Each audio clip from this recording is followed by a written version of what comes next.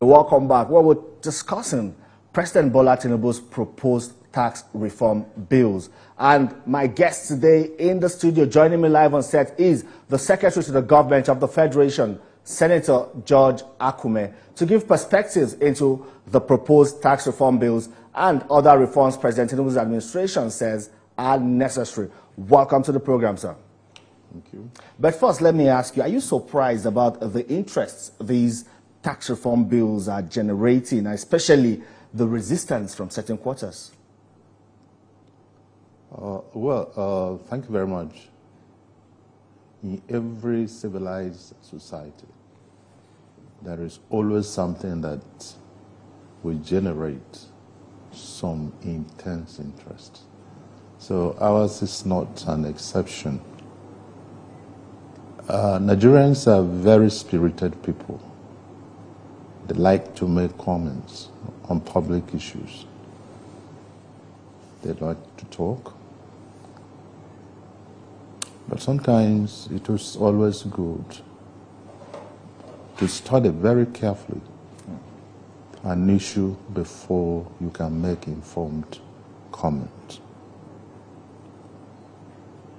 Tax reforms are new in this country. For the past 50 years, nobody has made any attempt whatsoever to reform our tax system, in spite of the fact that the laws have become archaic, they are out of date, so there was this need to modernize the tax system and to ensure maximum value for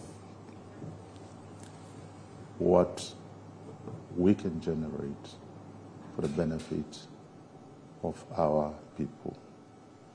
I believe that as lovers of democracy and as people who love our country, our comments on such issues should not be driven by sectional or primordial feelings.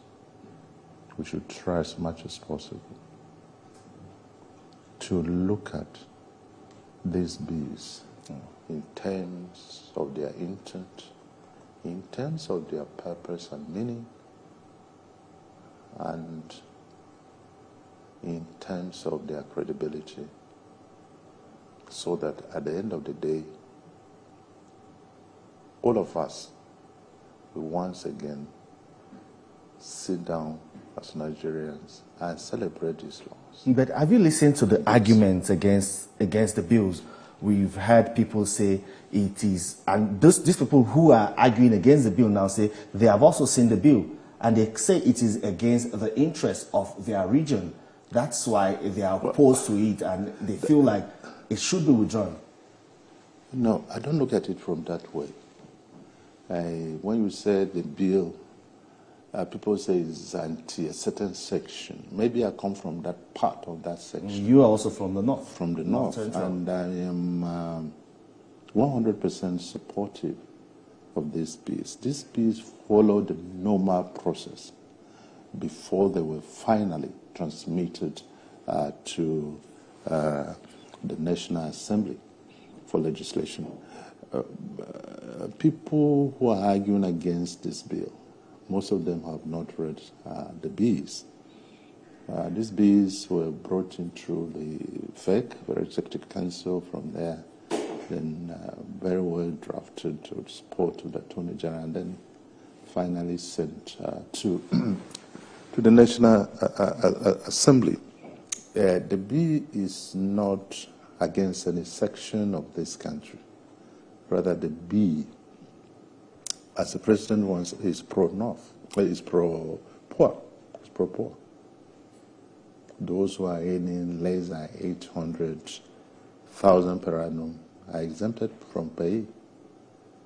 And it is also pro-growth. Those who are the small businesses whose revenues are below 550 million naira will not pay company tax. And education